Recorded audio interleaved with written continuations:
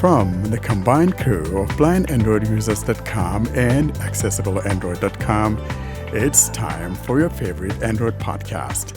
Kick back now and enjoy another fine episode from these fanboys and gals as they navigate Android from a blindness perspective. And now, here's your crew. Hello and welcome to episode 150 of the Blind Android Users Podcast. I'm Ed Green and I'm joined today by my co-hosts Warren Carr, Austin Pinto, John Dyer, Fee Dunn, Karine Kiwan and Sally Kunders, and we're coming to you on October the 21st, 2023. It's a busy week this week. We have our usual announcement section.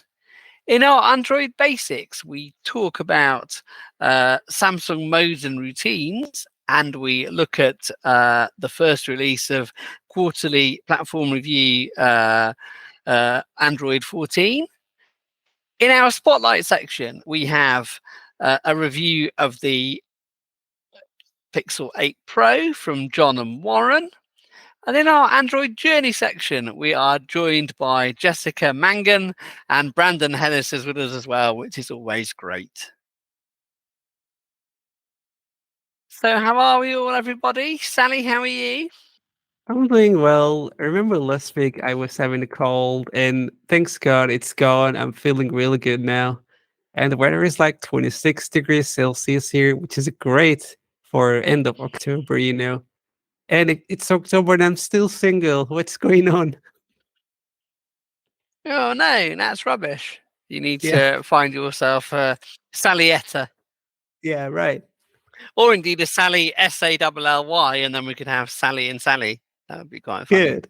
Good. I thought you got better looking every day. Now, if you did, there shouldn't be any problem finding some bimbos out there, my man. So I'm not sure what's going on. Are I'm we looking better. actually getting better? I'm looking better every day, but I don't know what's going on. That would explain a lot if you two with a picture of Dorian Gray, because Warren is getting worse looking every day. So if Sally was drawing that off Warren like Dorian Gray, then I would understand that. Speaking of that, Warren, how are you ugly man? I think you're just being jealous because you know what? There's never been any better looking person than I am, but I'm doing well. We actually have a great week this week for some reason. We've been up in the high 60s and 70s and something unheard of for this time of year. So I'm trying to enjoy it as best as I can. I was out there cleaning out some limbs that I left behind the fence, and it's now looking beautiful. And raking up that maple leaf, oh my gosh, it's just absolutely beautiful. I wish I could put pictures of our maple trees out here on our podcast, but they look absolutely gorgeous, fiery red. We're doing well. Good. And to be fair, you do have all sorts of girls ringing you all the time. So whatever you're doing is right, regardless of what I say. So well done, that man. I would say. Oh, brother. iPhone, how are you?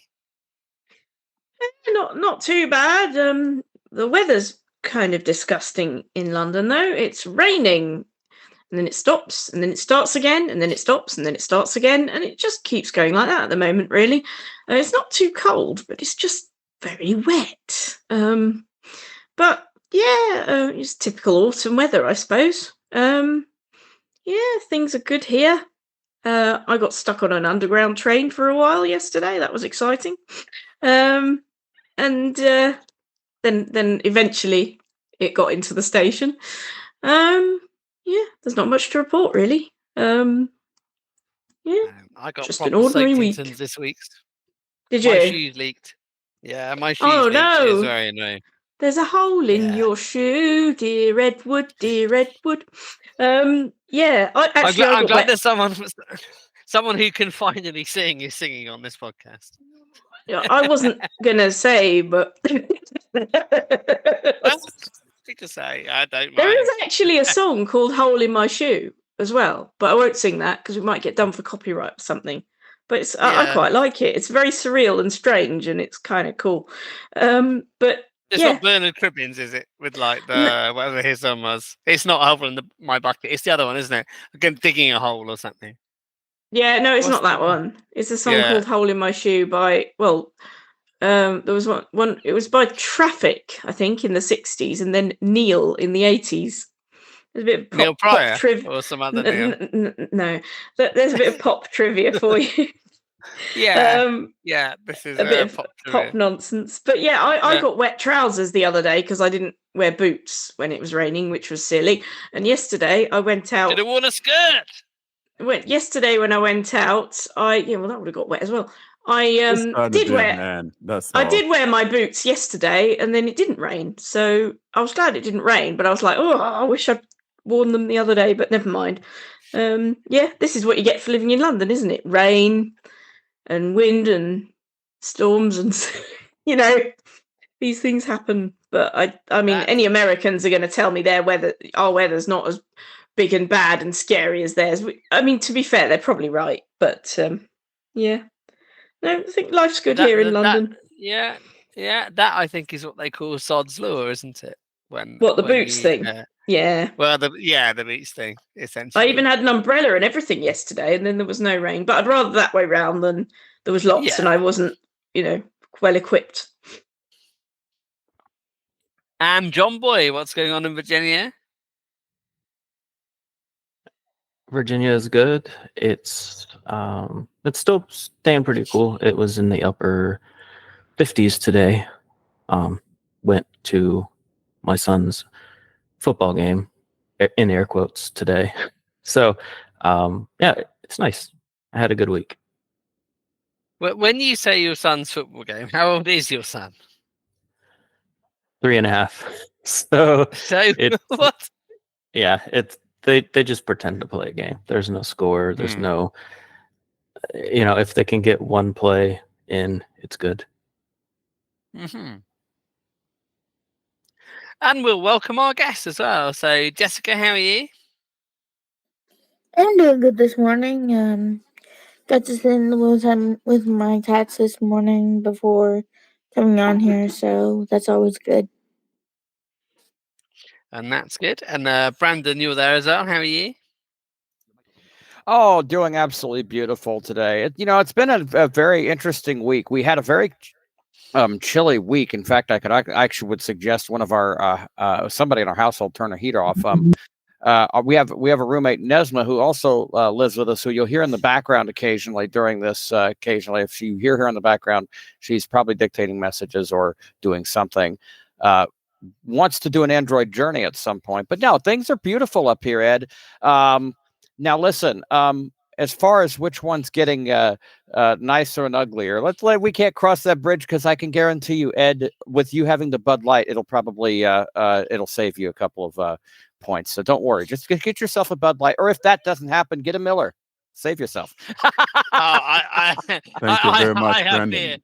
I have beer, and neither of them are Bud Light or Miller. I think I have Steel Asahi Reserve? today. Asahi I have today. Asahi. So, yeah. Boy. So Asahi really told us just now, I'll tell you. Exactly. Yeah. So yeah, thank you very much. Hendon Brannis, we will come back to you later. Hendon Brannis. Oh boy, I got that. Hendon Brannis, yeah. Hendon Brannis. I've partially spoonerized and switched your name. So we'll go with that. Yeah, exactly. That's a good reaction, Jessica. I like that. Make that noise again occasionally during the podcast. That was Brandon. That was me. That was me. it? Oh, Jessica making the noise. No, good. You can go that squeaky. That is a good noise. You'd have that as a jingle. We should, like, some of those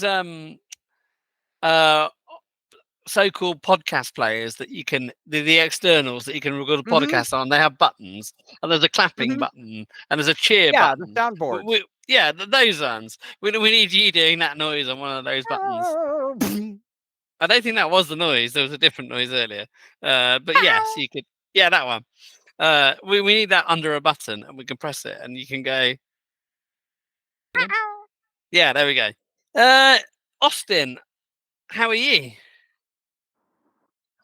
Things are good here. The weather is very hot, unfortunately, and it's cloudy. and India has beat Bangladesh this week. So very good start for us, but England is doing a very bad start. They've got defeated by Afghanistan, and today Sri Lanka gave them a 400-run target, and I don't know what they are playing.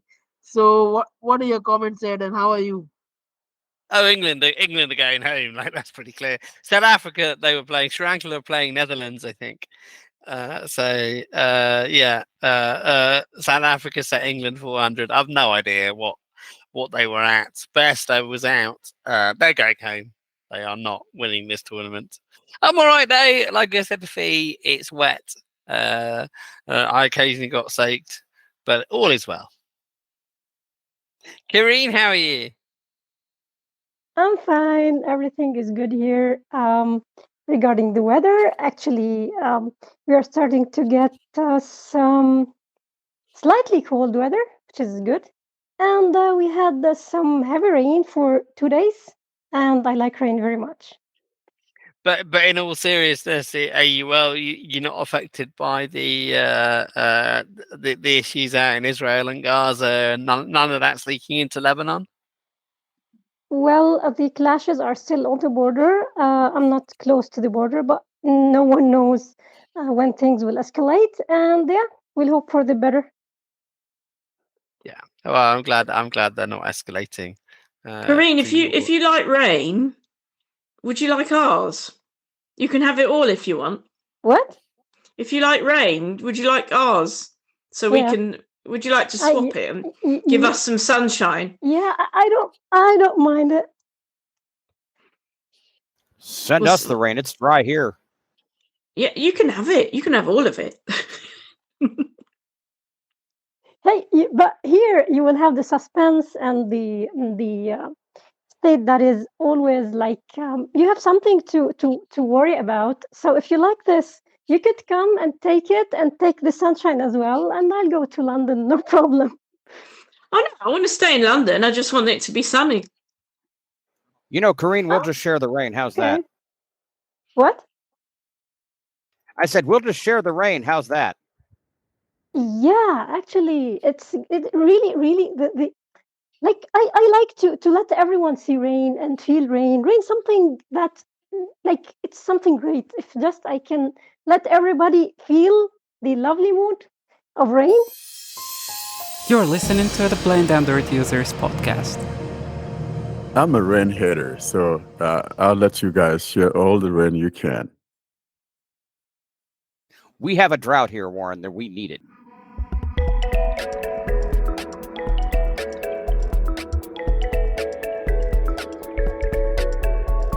This is the announcement segment of Blind Android Users podcast. Stay tuned to hear important information regarding the podcast, surveys, and the latest news. We will go on to announcements now. Austin, what do you have this week, if anything? This week there are a lot of big announcements, although nothing from me, but John and Saleh have got some announcements. So I think John can go first. Whoever wants to go first can go. Okay. So just wanted to mention that we have redesigned the website. You know, it's a little more simple. There's not as much to it, but it's easy to navigate. It works well. You know, it's just a simple place to go. You can listen to the podcast if you want to there. You can see the list of episodes, get the show notes, all that. You can find out how to contact us, how to donate, how to join our social media groups, and so on. So go check it out. And speaking of websites, I think Salih has an announcement as well. Well, first, I'd like to say the new website of blindandroidusers.com is really good. And I like the simplicity, the easy-to-use interface that we have right now. And as always, thanks a lot for linking to Accessible Android, and that's how we do it back. Speaking of Accessible Android, we have reached 100 handwritten articles, which is a great number for us. Imagine you go to accessibleandroid.com and you see 100 articles in different categories. That's amazing. That's how we are from March to October, and there are a lot to come. I'd like to say thanks a lot to Karine, my dear friend, who is with me all through the time. She's always here when we need to go with articles. And also thanks a lot for the podcast crew of Blind Android users. They're also supporting us for written reviews of the phones that they got, the Pixels, the Samsungs, all of those. It's a great partnership and it's going strong, and I like it. I first want to thank Saleh for the thank you. Actually, I really enjoy the partnership so much, or being a member actually of the team. And it was really a great journey, and I hope that we will be able to continue for years to come. And I want to ask people if they want to contribute. Anyone is welcome to have contributions. You know, this website doesn't live without people. Like if someone shares what we do, if someone sends feedback, also contributing with content whenever people can. This will be really great for the website and for us all. It's a work for the community at the end. So I hope that we will have good luck from now on and always. Well, I'd like to join Sally and Karine for thanking you guys. And basically, I want to urge you that if you have any articles, it could be on an app, you want to do an app review, written review on an app or whatever, please, you could submit that and it could be included in the accessibility Android, whether it's about apps or some article, depending on the category. And also, if you want to record one, you could always send us one as well. So it's a community and we live within a community, and that's how we build up this community. So we like those articles, written reviews from you guys, as well as recorded audio reviews and things like that. So send those in and let's have one big community. Can we remind people where to go to submit things? You can always send us reviews directly to our email address, which is contactus@blindandroidusers.com, or you could send it directly to Accessible Android info@accessibleandroid.com. I must say that the Blind Android Users website was completely designed by John, and all the theme work and the graphics work was done by him. I just did the background work like installing WordPress and plugins, but John has done all the front end work. So whatever you see on the front end, you all thanks to John. Thanks. Oh, and I just wanted to point out that I actually did it from my phone. I never even did anything from my computer. So I think it's fitting that the Blind Android Users website was designed on an Android phone.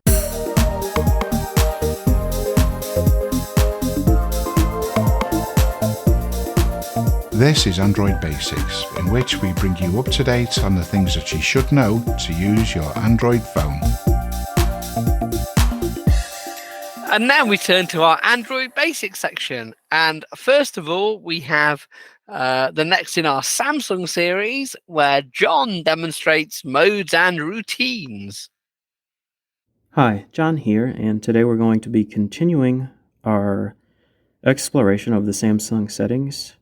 We're on the third item, which is modes and routines, modes, routines. So I'm going to go ahead and open that up. Modes and routines. Navigate up button. And what we have on this page is modes and routines, as you've probably already guessed. There are two tabs at the bottom. On the left side is modes, and on the right side is routines. So right now we're in modes. I have the focus at the top of the screen. Choose a mode based on what you're doing or where you are. Your phone settings will change to match your activity or situation. So what these modes are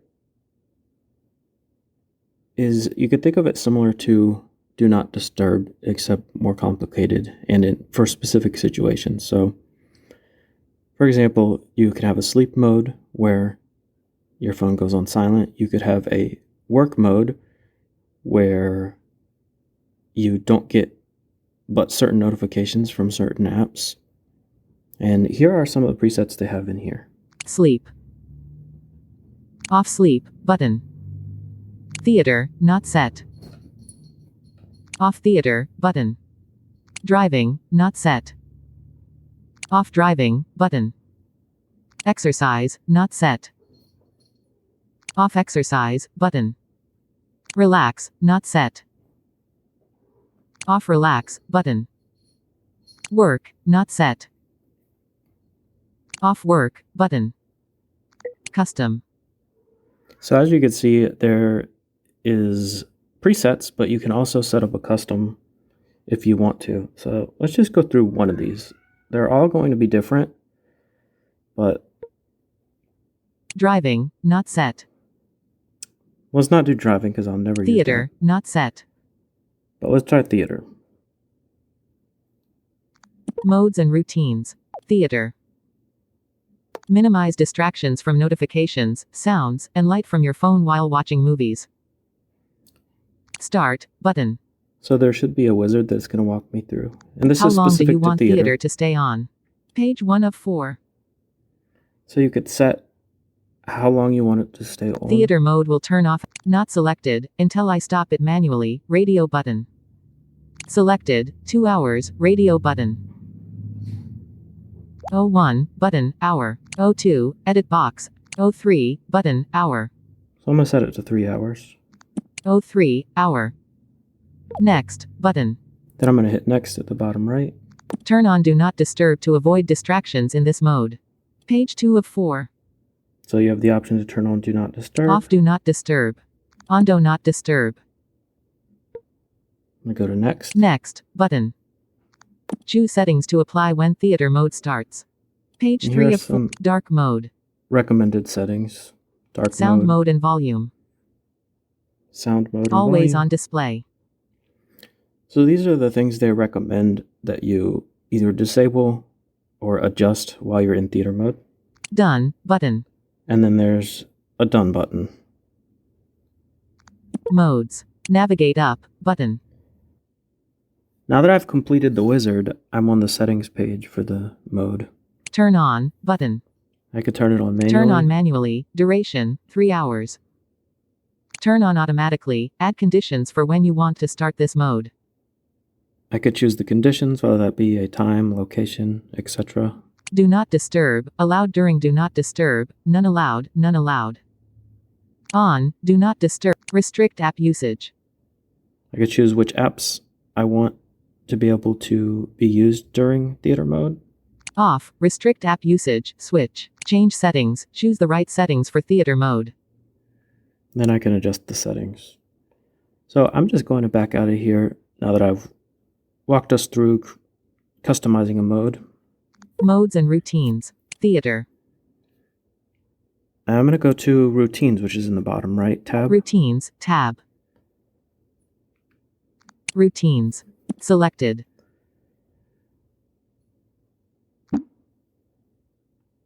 Modes and routines. Create routine button.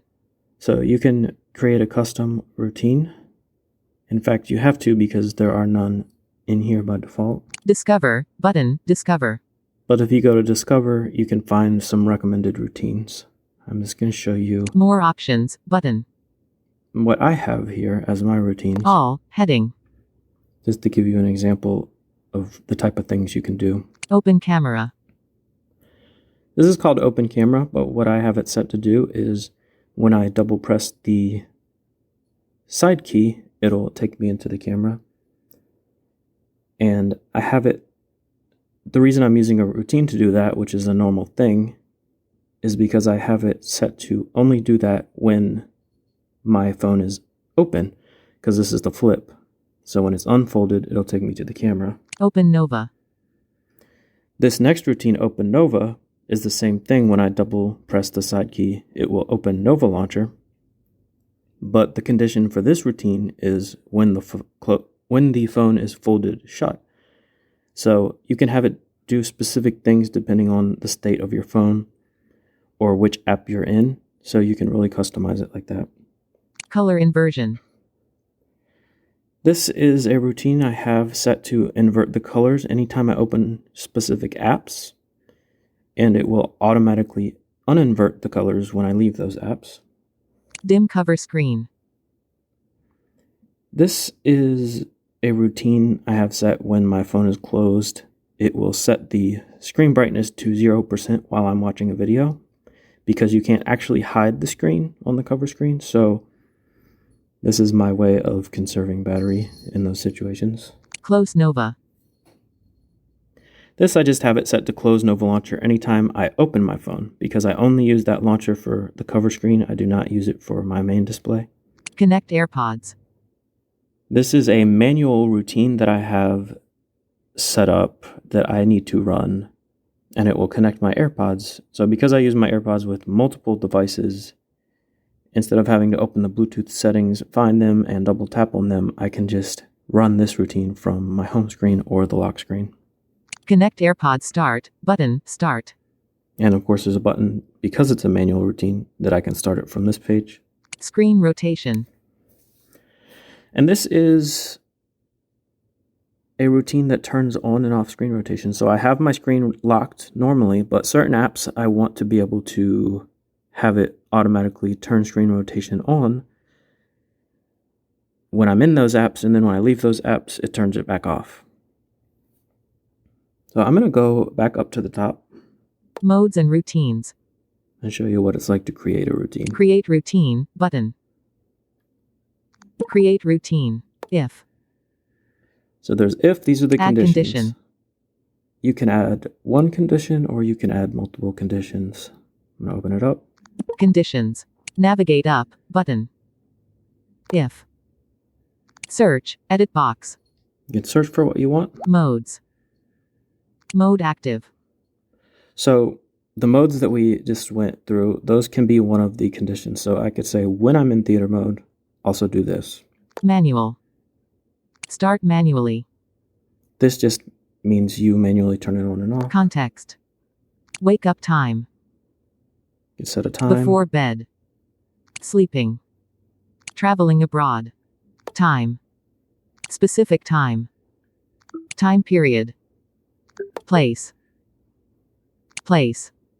You can do a location. Connections. Wi-Fi network.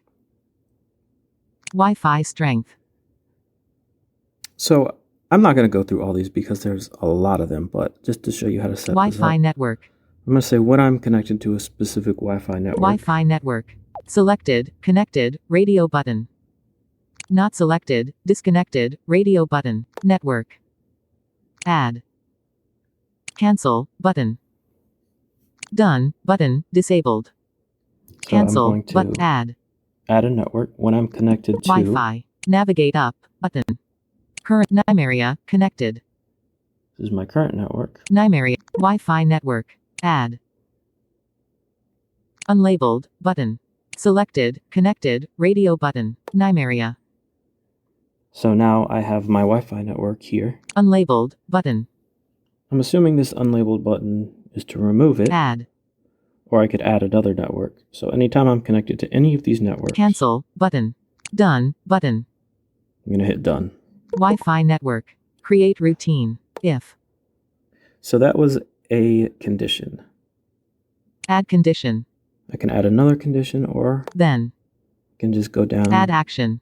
and add an action. Actions. Navigate up, button. So here are some examples of actions. Keep your phone unlocked. Mobile data. All actions. So this is a long list of actions that I encourage you to look through yourself because it's very powerful. It can do a lot. But for this demonstration, Mobile data. Keep your phone unlocked. I'm just going to say keep my phone unlocked. So when I'm at home, basically, because I'm connected to this Wi-Fi network, I won't have to unlock my phone because I trust everybody that's going to be here. Keep your phone unlocked for 4 hours after the conditions are met while it's unlocked. OK, button. Hit OK. Create routine. If. So now we Wi-Fi have, network, connected to NIME area. this says the condition. Remove, Wi-Fi network, add condition. Then. Keep your phone unlocked, disabled. Remove, keep your phone, add action. We could add another action if we want to. When routine ends. Reverse actions, 1 action. And this is turned on by default. When routine ends, reverse it. So when I become not connected to this network, make it so my phone has to be unlocked again. Cancel. Save. I'm gonna hit save. Modes and routines. Routine name. Wi-Fi network, edit box. So you could change the name. It's just called Wi-Fi network because that's the condition I put. And then below this, Wi-Fi symbol, image. you can choose Icon. the icon for it. Gallery. Icon. Wi-Fi symbol, image.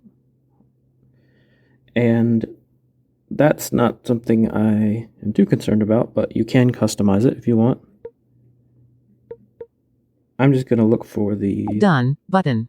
done button in the bottom right, and that should save this routine. Create routine. Save. Scan your fingerprint. Verify your identity. Scan your fingerprint. Wi-Fi network saved. Modes and routines. Create routine button.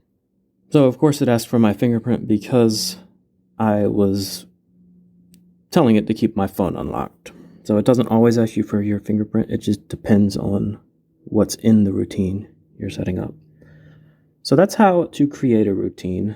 I'm just going to go to the top right on the page. More options button. Pop-up window. History. So Settings. I'm going to go into settings here. Settings. Navigate up button. Modes and routine settings. So there's a few things on this page. Samsung account. John Dyer. Notifications. You can change your account. You can turn on or off notifications. Because if a routine's running, it's going to show up in your notification panel. Show modes and routines on app screen. On. Switch. This is whether you want it in your app drawer or not.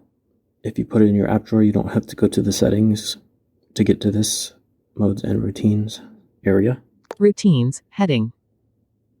Show routines on lock screen. You can have your routines shown on your lock screen for quick access. On. Show routines on lock screen. Switch. Privacy. Heading. And then here's just Privacy notice. the boring stuff down here. So that's just a quick overview of some of the things you can do with Samsung modes and routines. I will hand it back to the podcast crew now. Thank you very much, John. I do like Samsung's differences here. I mean, I don't use my Samsung phone particularly often, but it does seem to offer quite a lot in that sort of area. Do you find it better than your other phones that you have? Yeah, this is one of the things I miss the most, using the Pixel is my Samsung routines. I just have certain things that, I mean, you saw in the demo, I have things that happen automatically, and you can kind of do that with certain apps. I installed MacroDroid and I set up some macros to do things automatically on my Pixel to kind of replace that functionality. But it's nice having it built in and having it automatically transfer over when you get a new phone, just as your settings. So I really like it. So, John, if I have set a routine on my Galaxy S22, which I did earlier, after hearing your demo, actually, I thought, I'll make a similar routine to connect my AirPods instead of having to keep going into settings and stuff. I thought, this is great. I never thought of using it for that. I'm wondering, will that occur on my S20 FE as well, or will I have to set it on there? Because I know it might transfer to a new phone, but would it, because it's in the same Samsung account, would it share it with the other phone automatically or not? No, I think it would. You'd have to set it up Again. That's a bit annoying. Yeah, it is, but every device is different. I think you're going to run into some issues. Like I mentioned, a couple of my routines had to do with whether the phone was folded or unfolded. Yes. True. Yeah.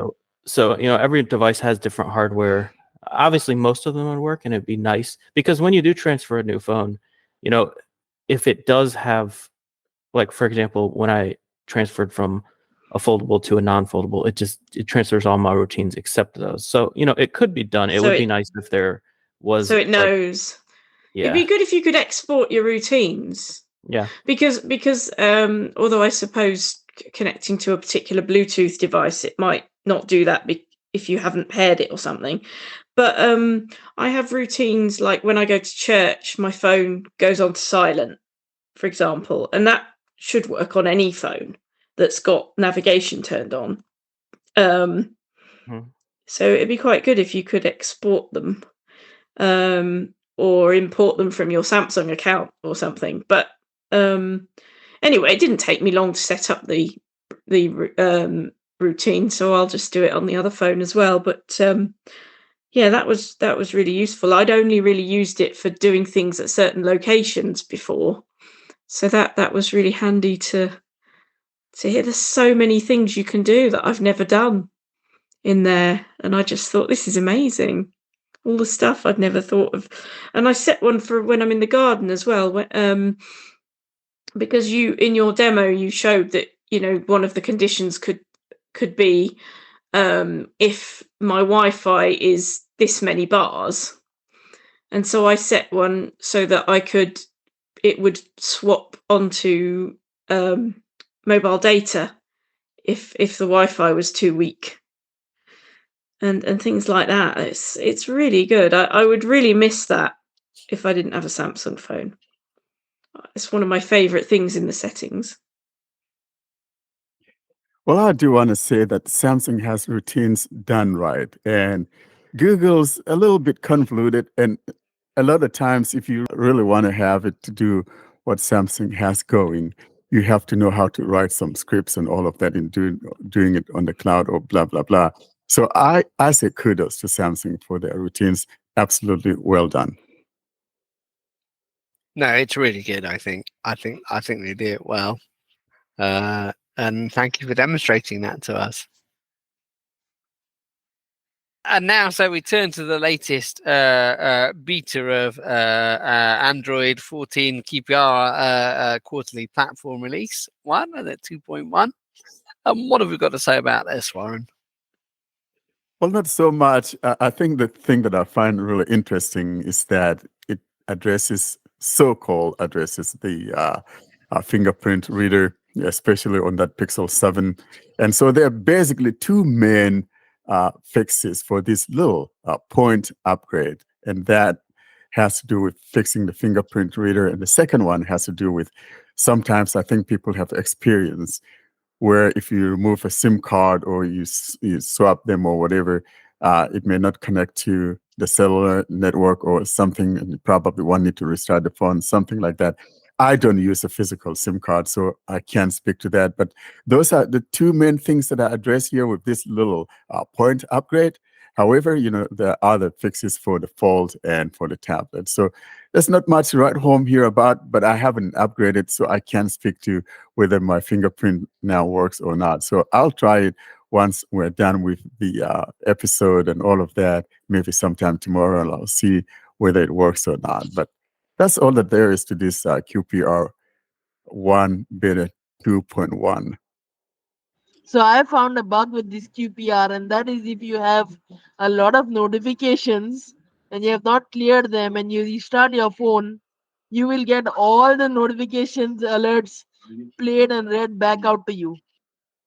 Well, so is that a good thing or is that a bad thing? If, let's say, you didn't see a It's a notification when very you bad restarted thing your because phone. it even vibrates your watch. Yeah, like I said, I haven't installed it, so I can't speak to that. And it's not like, okay, your notification plays once, then it pauses. It's like a constant notification. Some of these notifications are like in a loop. So until you don't clear them out, they will keep playing. And the notifications bar also refreshes. So it will be very difficult for you to find the clear button and clear it. That's bad. So maybe something to report in the feedback channel. Yeah. And Warren, just to be clear, who gets this this beta version of the quarterly platform release. Who's going to be the willing victim for the notification nonsense? That's a good observation question, Ed, because I think the phones that qualify for this, the Pixel 8 Pro, even though they qualify, but it hasn't come to those yet. So if you have signed up for the QPR program on your Pixel 8 series, it's a little bit delayed, so you're not going to see it. But other than that, you have it on your 7 and your 6s and all of that. I don't think that the Pixel 5 is qualified anymore. I am not sure if the 5A is either. I haven't, tried to put it on mine. So I don't know. So, but I think mainly if you have the 6 and 7, you should be able to opt in for that. Yeah. And is it if you signed up for the operating system beta program, you don't have to sign up for something different to get the quarterly platform? No, release? you don't. Yeah. No. Yeah. So I will upgrade mine and see what I observe, because I'm a little bit curious, especially for the fingerprint reader. Something tells me it's not going to work, but that's probably being too negative. I can't say that without having tried it. That would be a fallacy. This is random and has nothing particular to do with the QPRs. But when Austin mentioned the recurring notifications, what I really like about the Xiaomi is you don't have to scroll your notifications to get a clear all button. So there is one on whatever screen you have, even if you have a whole bucket load of notifications behind it. Maybe you ought not to clear them all, but the button is there. It's right there in the right at the bottom. Even there's only 3 notifications on the screen. Yeah, I also like on Samsung phones how they have a clear all for open apps. Also on Pixel, you have to scroll to the very end of the list to find the clear all button. Hey, John. Yeah. What I don't like about Samsung, though, is that the notification, it just says clear, versus Google that says clear all. So, if you don't know what you are doing, you think that, clear it means I'm just clearing the one that the button is below. So I like the clear all implementation sound better. I will say, I was going to say on the Pixel, the trick that Nesma showed me was to do a 2-finger swipe left or right. I think it was left. And sometimes it'll put you on the clear all. Now, the key word I used there is the operative word being sometimes. If you have a boatload of apps open, I have found, though, that does not always work. So, yeah, I do like that on the Samsungs, and I have I have 2 major ones. I actually got some of the smaller A-series phones, like the 54 and 32. Yeah, and even on them. You actually have to swipe right all the way to the end till the last app is in focus, and then you have to swipe right again to have the clear all button show up. So what I do on the Samsung, just hit close all on the bottom, and bye-bye applications.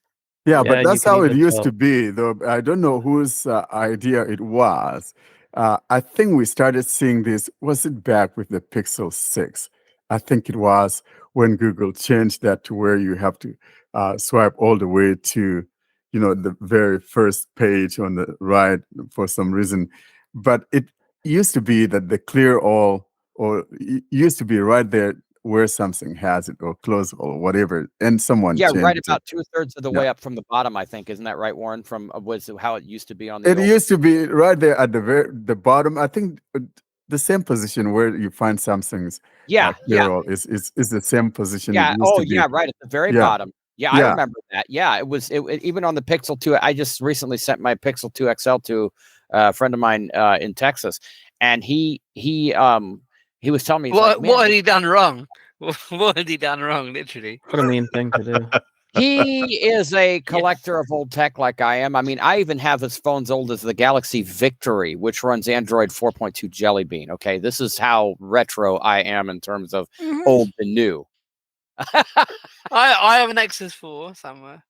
I still have my Nexus 4. I have even the first HTC Dream. I have it sitting here in my drawer. I had everything. Does it Google. still turn on? Does it still turn on? Yeah, I think so. Yeah, it turns on really good. It really does. Yeah. Ooh. Hey, I still I have a don't know what it does. Motorola phone from the late 90s that didn't have speech or anything. I should do some Yeah. recordings. I should do some recordings for the podcast on like old phones and apps running on old phones for a nice little retrograde.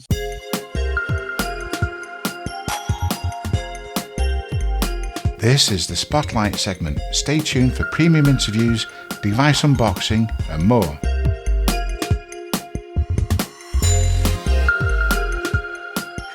And now we move on to our Spotlight section, and it is the review of the Pixel 8 Pro. I've enunciated that, so I didn't say Pixel 8, even though I think that would be very funny. But it is the Pixel 8 Pro, and the review will hand over to John and Warren. We're delighted again, guys, to be doing this dual audio review of the Pixel 8. John, you and I had this last week, and it was quite a blast to go through all that unboxing toolkits on a Christmas day. You are out there in Virginia. I'm here in the state of Washington, and it's like, during COVID time, and we could just have a party together virtually. I think that's what happened. Yeah. And that was exactly a week ago. So we've had these phones in our hands for a week now. And so today, what we're doing is essentially talking about the things that we like about the phone within the 1 week that we've used it, and some of the things that we do not like. And John, I want to start, though, by mentioning the setup screen. Something new that you and I both saw on the setup screen, and that has to do with the ability to set it up with another existing device if you have another existing device. I think particularly if you have another Pixel phone. Did you try it with your Samsung phone, John, or did you not do that process? I did it with my Samsung phone. Are you asking if I transferred from my Samsung phone or if when I set up my Samsung phone? No, I when do you it were this way? setting your Pixel 8 Pro, if you brought your Samsung phone to just set it up from, just like I did when I was setting up mine, I just brought up my So Pixel 7 Pro. I did, but it didn't. I don't know if this is normal or not, but I didn't get the pop-up on my Samsung phone. It didn't say, I think it's called quick, what is it called? I don't remember the Connect or exact, wording. yeah, but like but- earbuds do it, your watch does it. Quick pair is what it's called. A quick pair. There you go. Yeah, so it didn't do the quick pair pop-up, but I was able to scan the QR code, and so I just picked up my Samsung phone, I double tapped the power to get the camera open, and I pointed it at my Pixel, and it took me into it the same way as if I had gotten the pop-up. Like it asked me for my pattern on my Samsung phone, and then it just copied everything over from there. Now, my experience was that it did say something about the QR code. However, I did not. All I did was tap on, setup on that Pixel 7 Pro, and then it just did everything. It just said, keep it nearby. And that's all I did. I never scanned any QR codes at all. So I think that if you have another Pixel device, the process is more seamless as to using a different phone from another manufacturer, because I never once scanned any QR codes, and it was just like buttery smooth. Yeah, and it might depend on your settings too, whether you have Bluetooth turned on or off. So if you don't get the pop-up, even if you're using a Pixel and you don't get the pop-up, try the QR code too. You'll save yourself a lot of time because it skips a few steps. You don't have to log into your Wi-Fi network or anything. It just takes everything from that phone. Exactly, and that's what mine did. Everything was just automatic, including my eSIM for that matter, and it just told me that my number now was moved from my Pixel 7 Pro to my Pixel 8 Pro. Now, John, let's talk about the next thing, which is of great importance to you and I and to everybody, really, because what good is a phone, John, if the battery is not bueno? Excuse my Espanol there, but if the battery is not all that good, then I think one has a useless phone, isn't it? Yeah, exactly. Especially in my case where I max out my screen 100%, and I use my phone a lot. And I've noticed on this, just to give some numbers, because some people like numbers. So the screen on time for me ended up being around 9 hours, before I could completely drain the battery. And that's with my screen set to 100%. And that's with, automatic brightness turned off. So it was at 100% all the time. And it was lasting 9 hours, that's the best I think I've ever had. Well, it's definitely the best I've had on a Pixel phone. I think it's right up there with what I get on my Galaxy S23 Ultra, which has been the best phone battery-wise that I've ever had. So this is definitely impressive. I agree with you because now you basically, when you turn off that auto whatever, you are not even using anything like that, an adaptive, display setting, adapting to wherever you are. Everything is just set to that bright 100% all the time. As to me, who on the other hand, however, had mine set to 35% because I don't like my screen too bright. And frankly, that battery, for example, when we did our unboxing back on Thursday, and I had it charged full to 100% on that Thursday evening at 7 o'clock. And by Saturday afternoon at 4:35, I think it was either at 24 or 26%. And so what had happened that evening was that at 9 o'clock, I put it on the charger and I fell asleep. I didn't wake up till like 7 o'clock Sunday morning. And of course, it was sitting there on the charger at 100%. I took it off that charger, John, and I did some light things like a little bit of YouTubing and some of those camera things, playing with the camera and all of that. And I didn't put it back on the charger again till Tuesday afternoon. And at 2:40, it was at 12%. So I think that is really good. And like you said, this is the first time that that I've ever had a Pixel phone lasting that long. Another one that came close to this was my Pixel 5a. And that's the one I could compare it to, but frankly, not any other flagship Pixel phone. This has been the very first one that I've had such a beautiful experience when it comes to the battery. Yeah, I think because of the 5A had sort of a mid-range processor, so I think that's why it got such good battery life. But this, it's using a high-end processor, and you're still getting good battery life, which is awesome. And another thing you mentioned about the screen brightness, this screen is very bright. I mean, I do have a little bit of sight. I couldn't, use that brightness. I tried it at 100%. It was too bright for me. It was just, I don't think I'd ever seen any phone that bright. Not even a Samsung phone is that bright.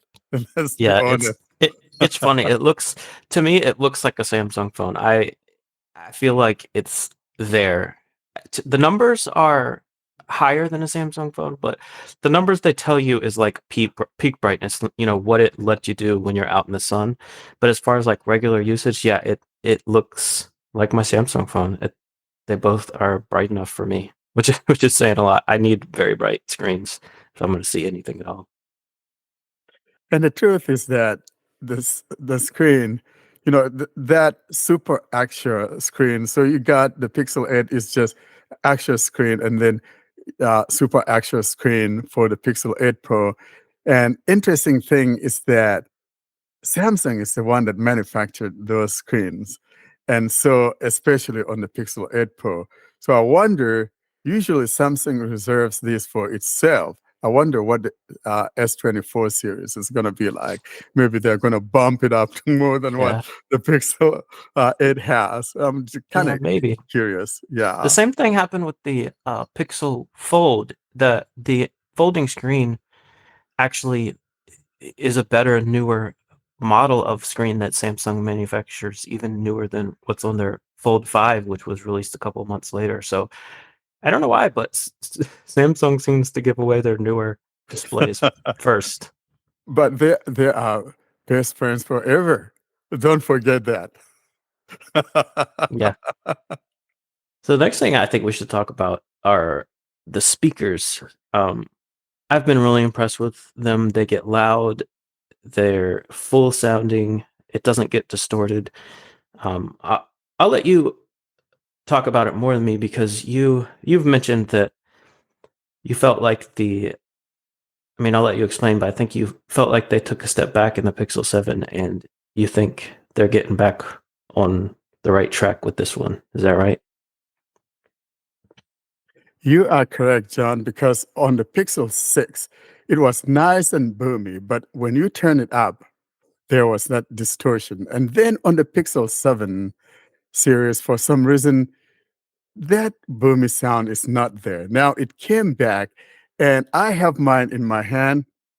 And if I turn up the volume all the way, I hope that I'm at 100%. Accessibility volume set to 100%. And there's no distortion. Folder. Navigation. 4 or more items. And you have that nice big sound that you're talking about, John. And so I'm excited that we have that back because that was one of the complaints that I had against the Pixel 7 series, because that sound, that signature sound that we've come to know with Google as of Pixel 3, for some reason went back to mama on Pixel 7. I mean, it's still good, but it's not as good as the other ones. And I'm glad we have it back.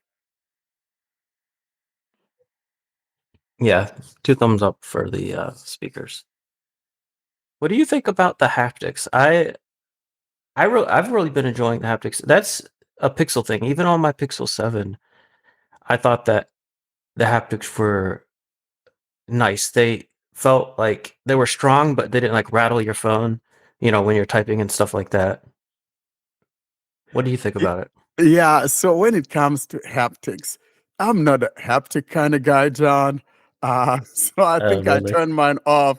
But I think you're not the first person that I've heard that's liking the haptics on the Pixel 8 series, or especially the Pixel 8 Pro, because that's what we have. We do not have the regular Pixel 8, so we cannot really say anything much about that. But the experience, though, is that the haptics are good, and you've experienced that yourself, haven't you? Yeah, I've been enjoying it. Nice. Let's go talk about the fingerprint, John, because, like, for example, on my Pixel 7, I had never been able to use the fingerprint. And probably it has to do with the fact that I have my screen protector, tempered glass on it. On the other hand, however, it works well on my Pixel 6 Pro. However, not on my Pixel 7. And so most of the time, I either use the face unlock or simply use my PIN. And for the Pixel 8, however, Pixel 8 Pro, I realized that that fingerprint works all the time. And so for the very first time, I'm liking the fingerprint on a Pixel phone. Yeah, I'll say it's decent. I'll give it that. But I miss my Samsung phone. I especially miss the fact that you can unlock it with the screen off. You don't have to wake the screen first.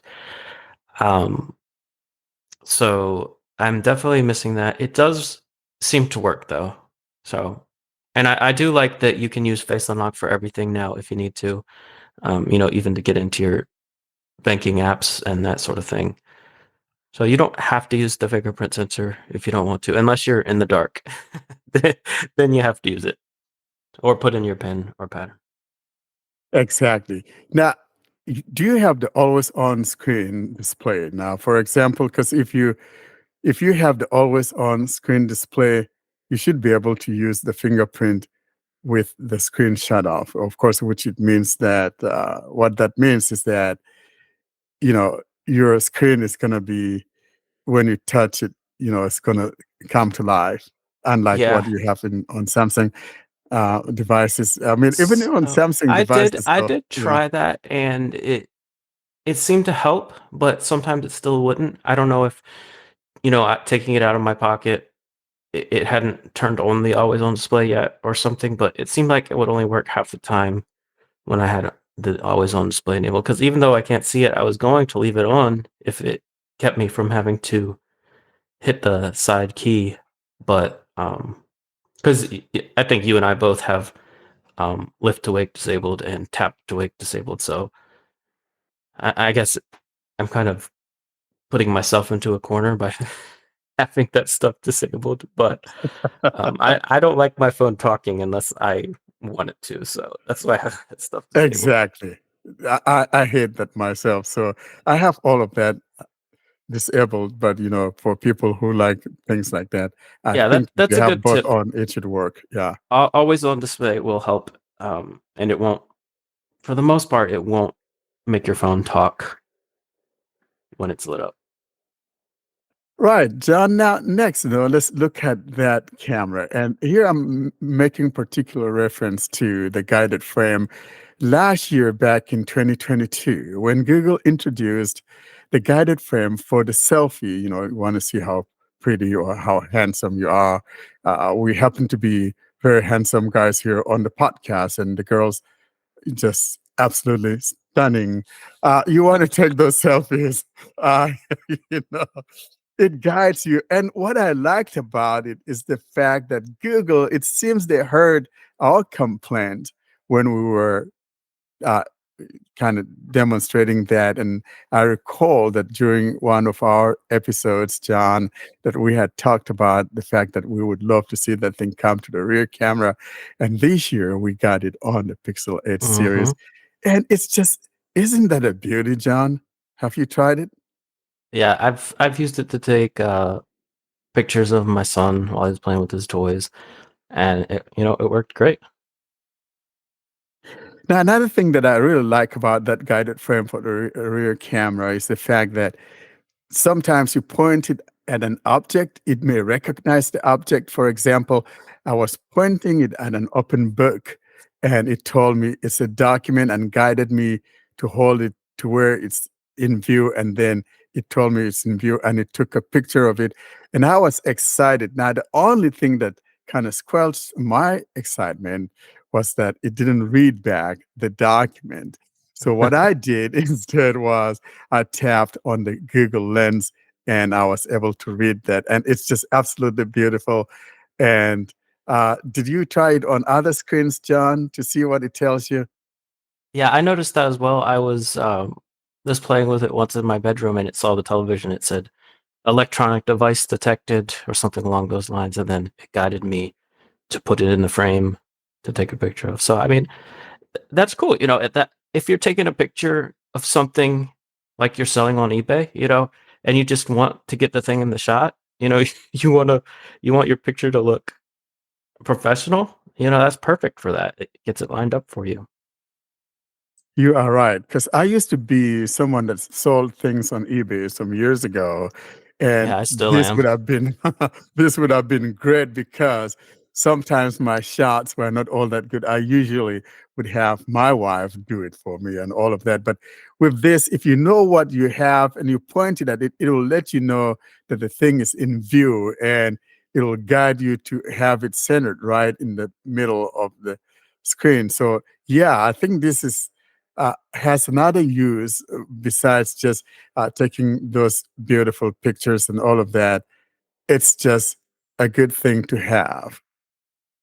Yeah, and so we've already done a demo in the past, but just a quick overview of it. What it'll do is it'll tell you how to move your phone, and once it's centered, it'll count down from 3, as long as you hold it in the right place. But I just wanted to point out, you could also double tap your screen to take the picture once it's lined up, or you can press the volume key to take the picture. Now that TalkBack has been decoupled from those volume keys, it kind of lets you use them the same way a sighted person would, which I think is awesome. So if you don't want to wait for the countdown, you don't have to. You'll hear it tell you that it's lined up and you can just take your photo. And another thing that I wanted to point out that I love about the Pixel camera is that if you press and hold the volume key, it'll actually record a video for the duration of the key press. So even if you're in picture mode, if you just want to take a quick video, you don't have to worry about switching to video mode. You just open the camera, you hold that volume key down, you'll hear it start recording, and as soon as you let go of that volume key, it'll end the recording. You don't have to interact with the screen at all.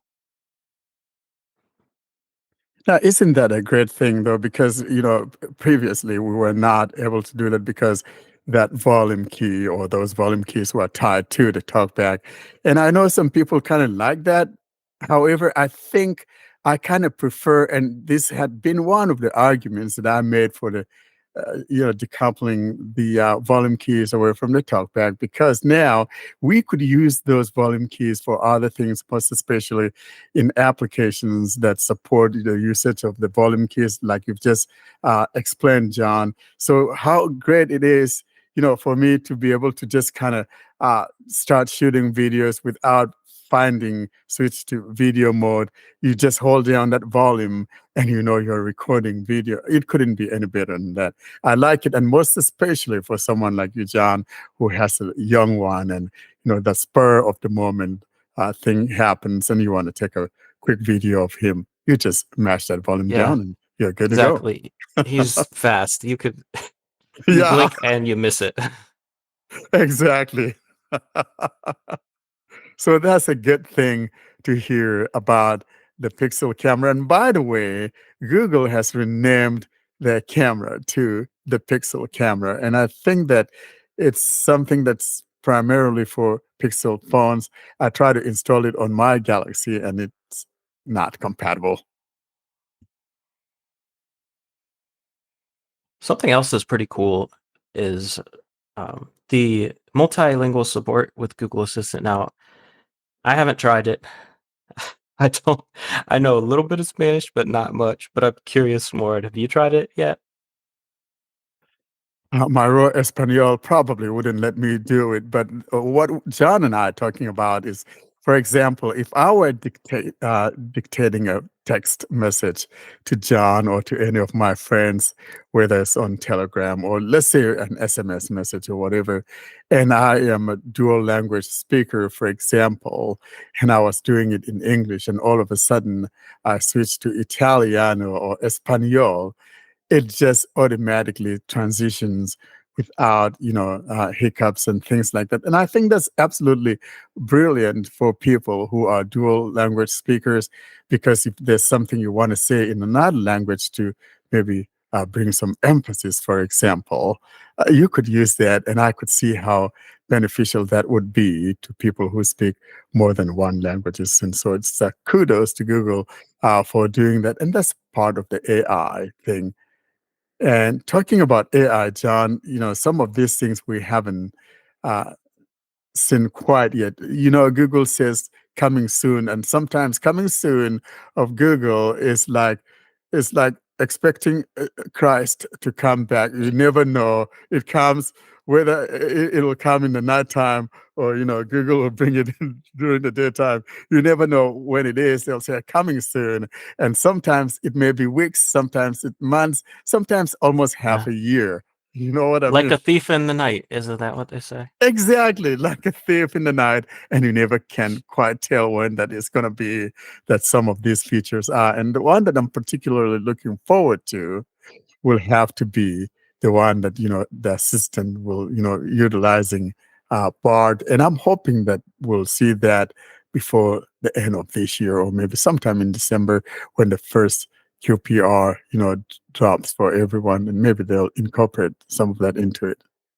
Well, guys, you've heard about some of the stuff that we like about the Pixel phone. And now, John, let's talk about some of the things that we are not liking so far, that we have observed, because, people would think we're basically shameless Google fanboys. John is not a shameless Google fanboy. I probably am the shameless Google fanboy.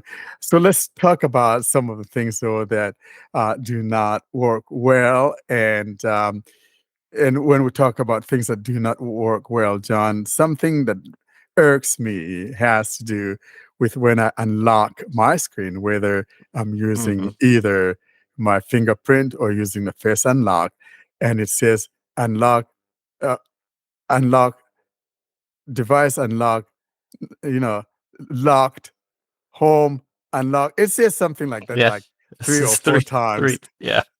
Yeah. It's a lot. Do you find that to be annoying? I mean, Yeah. It's not a deal breaker because you can shut it up and just get on. Like as soon as you touch the screen, it'll stop and you can get on with your life. But yeah, it's annoying if you just unlock it, with face unlock or if even fingerprint unlock. It'll say device locked, unlocked. It'll tell you what screen you're on, and then it'll say for a third time, device unlocked. Exactly. Now, the funniest thing, though, that this is the fact that remember during one of our episodes, we had mentioned the fact that one of the betas, I think it was either beta 5 or beta 4, had fixed that. And I'm surprised that we're seeing it on a final release. And that's kind of odd. And I think maybe it's time for us to let someone know, hey, something odd is going on here. Maybe like a little feedback. Tell Google about it. Yeah, good point. So speaking of unlocking the phones, one other thing that is kind of bugging me is, and I guess, I don't use Pixel that often as my daily, so I think they've changed this a while ago, but I don't like how the notifications on the lock screen are not full notifications that you can interact with. They're just little icons. And in order to get to them without unlocking the phone, you have to swipe down with 2 fingers, and that'll bring down the notification shade. You can't do the notification gesture, so like the default gesture for that is swipe right then down, the angle gesture.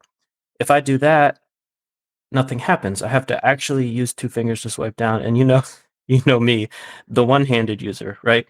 I can't pick up my phone with one hand and just like go through my notifications while it's still locked and dismiss the ones I want with actions and that sort of thing.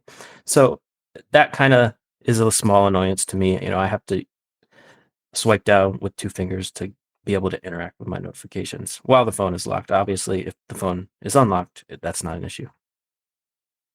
I can feel your pain on that. Now, the thing is that a lot of people didn't like the way it looked back prior to this, those little widgets there on that lock screen. And so a lot of sighted people kind of like that. So little icons showing your notifications. So in other words, you could have several of those things on there versus if you had it the old way, you have to kind of scroll down to go through them all. So I can see where they're coming from.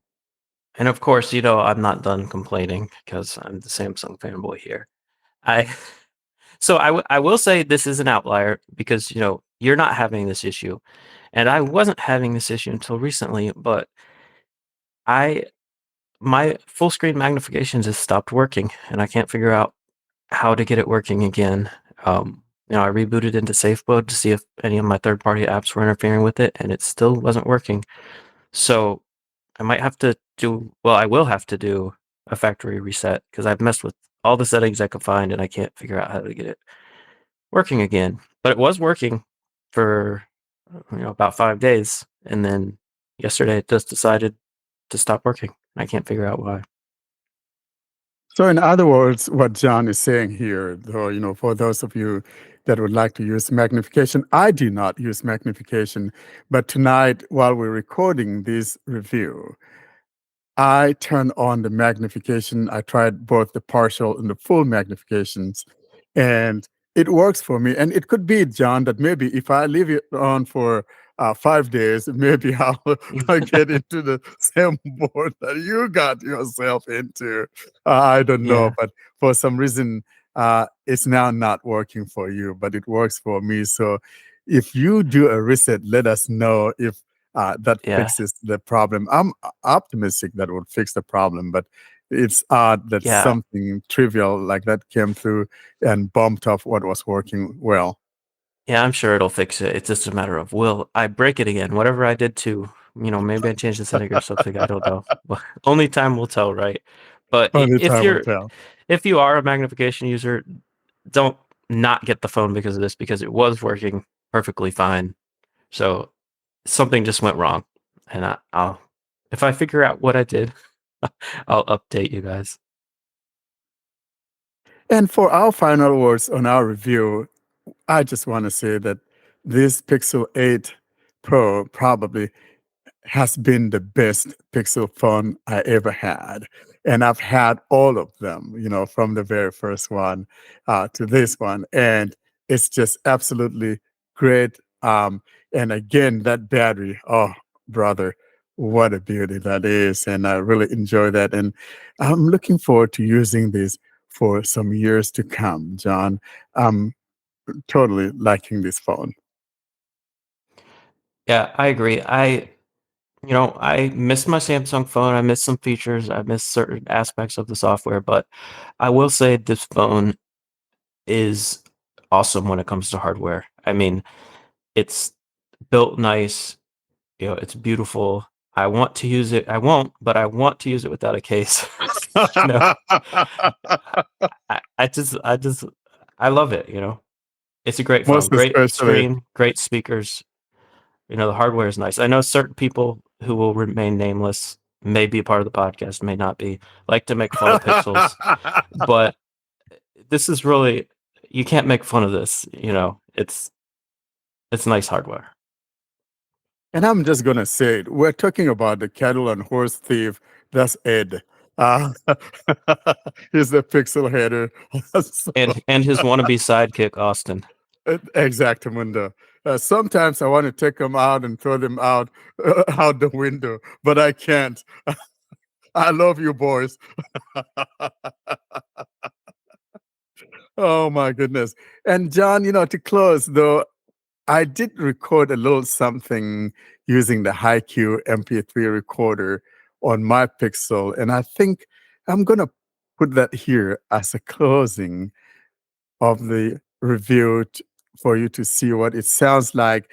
Now, we didn't get to do the magic stuff, audio eraser, because you have to actually do something like a video, and then you could just manipulate it. You could hit the wind removal and it will remove, like background noises. Let's say you're outside and it's windy, or like when I recorded my little clip here sitting by my fridge. I got a little portable fridge on my desk here, and I could hear that sound coming through. Now, if it was a video that I was doing, I could take that noise off. But because it's audio, I couldn't find a way to edit that out. Maybe the audio recorder would have done it.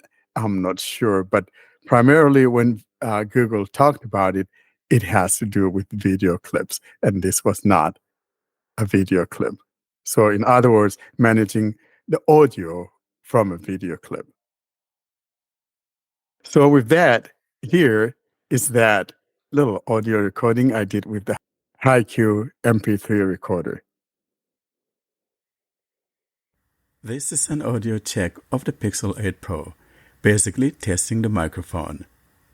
I am recording using the HiQ MP3 recorder at 128 kbps. I am now speaking from the right side of the phone and will now move my head back to the center, and this time I'll speak to the left side. I am now speaking to the left side and moving my way back to the center, and I am back to the center of the phone. You may be hearing a hum in the background because I do have a portable refrigerator here on my desk. That concludes the audio test. Well, that's it, John, and thanks for this review. And you know what? Let's do this again. I think from now on, all of our reviews are going to be dual reviews and unboxings. Sure. If if we're both getting the phone, why not? Exactly. All right. Thank you for listening, everyone. Thank you, guys. Thank you very much. Kareen, do you have any thoughts on the Pixel? First, I want to say that this is the first time that I feel excited about the Pixel. Yeah, I'm not going to purchase one. Actually, it's not available here. But actually, it seems that they are doing things right this time. So I hope that we will not be faced by like issues, the issues that come with pixels usually. Maybe they have learned the lesson to this time. But I have two questions, one for Warren and the other is for both of you. First, Warren, since you have used all the pixels from the first pixel until now, and reviewers Poor are boy. saying that, yeah, he's the pixel man. So actually, so since you have used all the pixels, and reviewers are saying that like this one, the experience is something better, or like it's the best experience ever with pixels. So do you think that there's a difference between things before with the previous pixels and the Pixel 8 Pro? So do you think that it's really improved or something, or it's the same experience? And usually you are the lucky man, so usually everyone faces issues with pixels except you. I don't know why, but yeah. So the second question is for you, for both of you, regarding the sound. You were talking about the sound quality using TalkBack. However, I want to know what's the case with the sound, like when you're playing high quality music or something. So is the sound balanced? Uh, and is it really something good to talk about? What about the bass? What about the overall sound quality, not with TalkBack, with music and stuff? Loaded questions there, Karen. So I've always had, good experiences with Pixel phones. I have, however, occasionally have some problems with some of them, and most especially with the Pixel 6, especially with that fingerprint reader, which everyone knows. I mean, it's a known thing now. But then also, as I indicated, my 7, I had never been able to, maybe once or twice, that the fingerprint was, I was able to, use it, or else I basically just use the face unlock and using the pin and it just will not work. And I'm not sure, it could be owed to the fact that the tempered glass that I have on it, and yet the funny thing is that it's the same tempered glass that I have on the Pixel 6. And I can tell you that my 6 Pro, the tempered glass on it, which is the same thing from the same manufacturer that I have on the Pixel 7, I can use my finger to unlock my Pixel 6 Pro, no problems, but not with this Pixel 7 Pro. But I can say that the experience on this Pixel 8 Pro has been like no other. It's just absolutely beautiful. Software-wise, it's just excellent. I love the responsiveness. And like I said, it's probably the best Pixel phone I ever had. And I'm glad that I got it. I'm not regretting that 1,400 price cut. Not price cut. But that price hike that Google hiked it up to 1,400. But of course, this is a 1 TB, and I'm loving it. It's just beautiful. Everything about that phone is just great. And what John, about the you balanced sound? What that was Kareem's second question, Yeah, wasn't it? So I wanted to ask if John want to comment on that sound. I like the sound that I hear. I haven't played music, to be honest. John? It's not. It isn't perfectly balanced. I mean, I think this is something that comes with any phone that has a downward firing speaker and a forward firing speaker. It's not balanced, but it's loud and it's clear, and the sound is separated. I don't listen to music on it. If I'm going to listen to music, I play it on a speaker. If I'm going to listen to a podcast or audiobook, I usually use headphones. But there has been a couple occasions where I was listening to something like a YouTube video, and I was just like able to put my foot, like turn the volume all the way up, put my phone in my pocket, and just like do what I was doing and listen, and it was like really loud. So it is louder than the Pixel 7 for sure, and it doesn't get distorted when you turn it all the way up. did any of you see the article that was posted on our email list today? Not about, not from our email list specifically, but about the fact that they said all the generative AI would be done on the Tensor chip, and in fact it's not. So if you turn off or turn on, airplane mode, it won't work because it's actually down in the cloud. And Google appeared to have dissembled about this. I suspect most people won't care in reality. Like, you're buying a phone, it'll work. By the way, that was very interesting. Did any of you read that article? Well, here's the thing, though. If anyone says everything would be done locally on the phone, I'm not buying that. Let's be I think clear the thing about is, that. But there are Google certain appeared to things, say it. yeah, but there Google are have certain appeared, things that, could be done offline. And it's just an impossibility to have everything exclusively done offline. I think you can tell that to a 2-year-old and then not even going to believe you. So, I mean, come on, man. Yeah. Do you think Google overclaimed though? Because Well, I think that though, and probably here's what I'm thinking. A lot of these things have not yet been implemented. So to kind of call them out on it early, I think it's a little bit unfair too. So that coming soon, remember that's Google's favorite phrase, coming soon. I'll wait to see all the coming soons be here before I could pass judgment on this particular matter. So that's a point of view.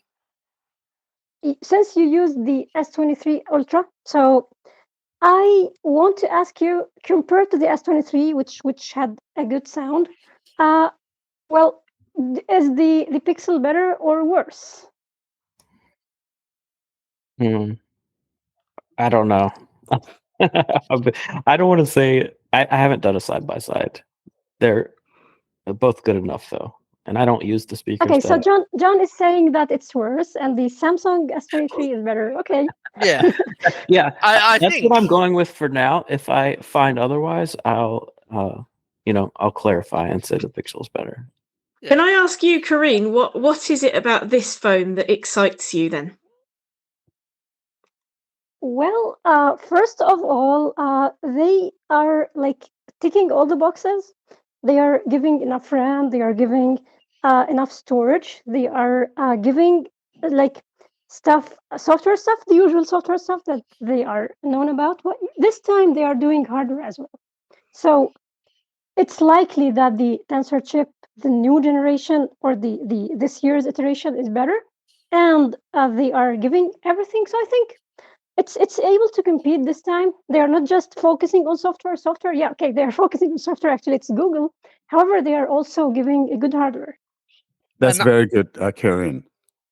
And now I have a question for Austin, which might sound odd because he doesn't own a Pixel 8 or a Pixel 8 Pro, but I think it's relevant. Austin, do you remember a fellow from about 3 years ago? I can't remember his name, but he said things like, "I'll never buy a flagship. I'll only buy yesterday's wine. I'd never pay over $1,000 for a phone." Do you remember a fellow like that? Yeah, I remember that there was a person 3 years back. He said the same thing. And what was his name? I've forgotten. Can you remind me? I think it starts with a W. I think it starts with a WT, doesn't it? Could his name have been Warren Carr, perchance? I think so. That is it. Yeah, that is it. Yeah, like never buys a flagship. Will not pay any money for a phone unless it's yesterday's wine. And he just put down $1,400. $1,400. Because he, at the time when he was saying that, see, he's such a devoted Pixel fan that he's only going to get the Pixel. So if Google isn't offering a phone for over $1,000, he says, I would never buy a phone for over $1,000. I remember a fellow. That's a good point, John. I remember a fellow like that. No, well. Could you find such a quote? Knowing him, he can probably I'm dig just back being to the fair. archives and I find have it. such a quote on the Telegram chat. Please. Anyway, so here's the deal. I've always had Pixel phones. Okay. Now, sometimes, as I indicated, sometimes I don't buy them right out when they came, most especially the first few ones, 1 through 3. But as of 4, I ordered them the very day that they became available. So I don't know. That code of yours doesn't reflect what I've been doing. I only joined in 2020, so it's certainly past the 4. As I think was said, they were well under $100,000 because they were rubbish phones back at the Oh, 4. brother. Perhaps that's it. But you always said yesterday's wine, I'll never spend that. And now you've dropped $1,400. Like anyone can go back and look at Annotab. I think the Hey, archive's open. 1400, John. 1400, Ed, is not 1800. Remember the fold? I still have the fold. I mean, so compare the two. So you spent $3,000. You still got both of them. My word! I thought you'd return something. I love it. You just dropped over $3,000, and you've kept both of them. I kept them both, and it's a Wow. beautiful one. My word! What happened to literally anyone can go and check this. Go and look at the old Blind Android Users archives. Go and look at the Annotat archives if they're still up. And go and see what Warren says about expensive phones. My word! Well, he's not denying it, is he? He's not denying what he said. But he's not saying But anything. there is an exception, and like I said, well, What, 2 exceptions? If I said that, how many exceptions do you want? It probably was making a particular reference. Maybe it's a Sony phone that's only living on glory, past glory. So, I'm not going to put Glory days, $2,500 for Yesterday's on a Sony wine phone. you said you bought. I like yesterday's wine because you know what? You get good quality, but for less. So if you, for example, you want a Pixel 8 Pro and you can afford it right now, next year you can get it and have that great phone with 6 more years of OS support coming. Yeah, that is a proper shout next year, to be fair, with 6 years left. That is, that is one that will hold it. I'll be interested to see if Google do what Apple do. So when the 9 comes out, if they pull the 8, that's what Apple tend to do, isn't it? They issue a phone and then pull the one from the year before because they issue a phone, then they basically pull it, and then whatever the older phone, and even if the older phone works good, you're loped into the system where you have to basically buy a new phone if you want things to basically run right. That's how I see it. Yeah. Not straight away. They give you a few times of, before then it's they really update bad. it. No, they update it, but you can't buy it. So No. when yeah, What and I wonder happens to all those old phones? That's what I want to know. they get put on Amazon. Where do they They go? still sell it, but they sell it Amazon. for $100 less. They knock down the price. They go to get the recycled metal. Yeah, but Apple pull it from the Apple store. So when the 15 Pro Max comes out, the 14 Pro Max goes off sale on Apple. You might be able to get it somewhere else. Google doesn't do. You can still go and buy a Pixel 7. No, I know, but now you've got the 8 with a 7-year software update. I'm wondering when the 9 comes out, will they pull the 8? No, they wouldn't pull the 8. I don't think so. No. I think they might. I think what'll happen really is I think that they'll keep it and continue to support it regardless. That's my guess. Oh no, they support the phone, so the support is not in question. The question is whether you can still buy it. The thing about this is, but that's what I'm saying. They still have the 7 on there. You go there if you don't want. No, the 7 doesn't the 7 has 2 years of updates left. It's not a competitor. Yeah, if you're trying to sell a 9 off the 8 because 9 came through, and even if they would, it would probably maybe another year or 2 before they do that. But Apple is a genius when it comes to marketing. So when they pull that away, it forces you to buy the new one, unless of course you go to a third-party retailer or whatever. Those guys know what they're doing. I mean, Google have no reason to pull the 7 because its software updates aren't particularly competitive. But if the 9 comes out and someone goes, well, I can still buy the 8 and that's got 6 years left, I think Google might pull the 8. So Warren, do you think the AI part is going to come down to the Pixel 7a and the Pixel 7 and others? Well, some of those things might trickle down, like I think probably maybe the guided frame might. I'm thinking especially on the Pixel 7 series. I think there's already a modded version of the Pixel camera that now works with the Pixel 7 series.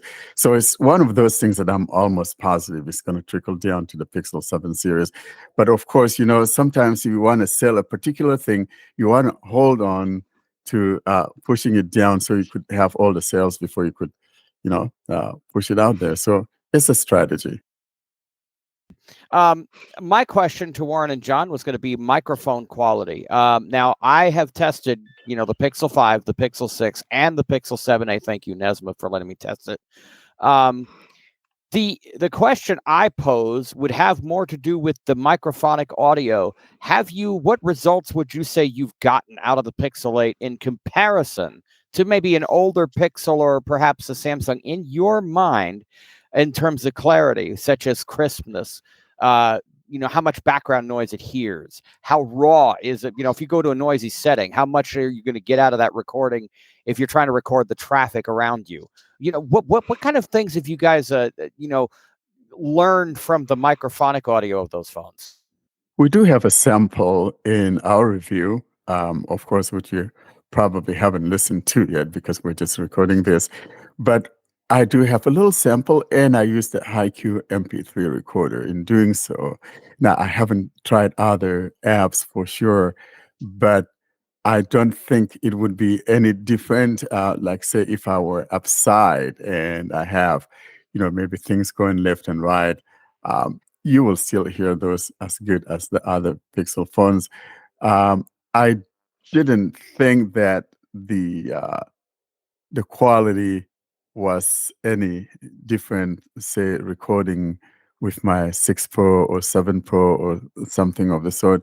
I haven't really particularly paid attention to that, to be honest, but I did include a little sample in there. Maybe you can record me some messages and Telegram side by side with a couple of your devices, and I can do some assessing from here too. I always love doing microphonic tests. If you'll remember, harken back to the day I recorded you something from the Galaxy S5 when I first joined the group.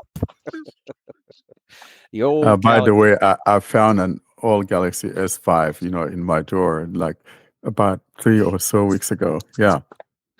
Hey, mine still works, by the way. It still works. And I just the other day installed a couple apps on it from the Play Store, and it still runs. I'm like, wow, this thing is a dinosaur and it still runs. That's what I'm talking about. And, you can actually install both WhatsApp and Telegram on it. Now, go try to get that on a Apple phone from 2014, see if it will work for you.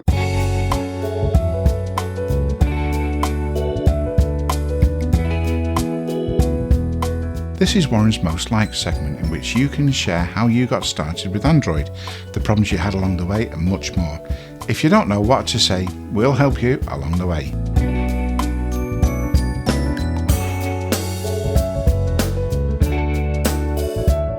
And now we'll move to our Android Journey section, and I'm delighted to say that we're joined by Jessica Mangan.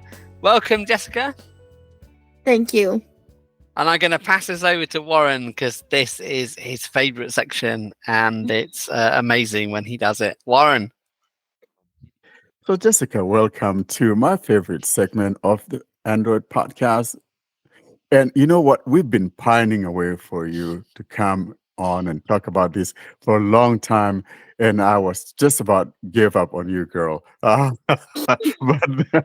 now here you are and talking about your Android journey story. And I'm glad that Brandon has come along with you. So we're going to have a treat here. So we're looking forward to your Android journey story. I know you are also a collector of phones and things like that. And that's the part that always excites me when people move from phone to phone and all of that. So Jessica, you've got the floor, girl.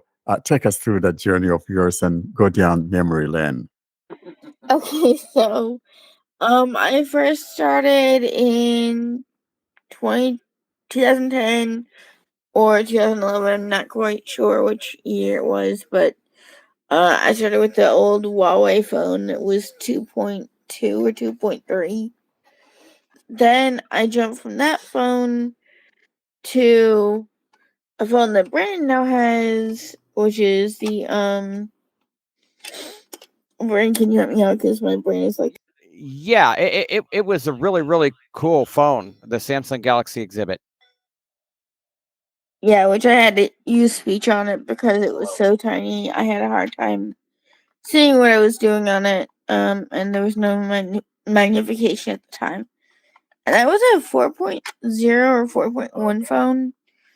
Android 4.0, 4.1. And then I switched to some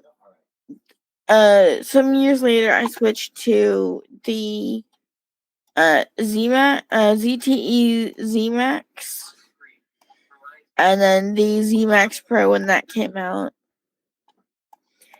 And then I then jumped to the Alcatel A30 Fierce, which I loved. All three of those phones I freaking loved. Those phones were like easier for me to see. They had good magnification software on them and stuff, and just easy to navigate, and I really enjoyed them. I actually wanted to give Brandon my ZMax Pro, but that didn't happen. That's okay. We can find one on Amazon. But yeah, and then Brandon got me into the Samsungs. He got me back into Samsungs with the A32 5G and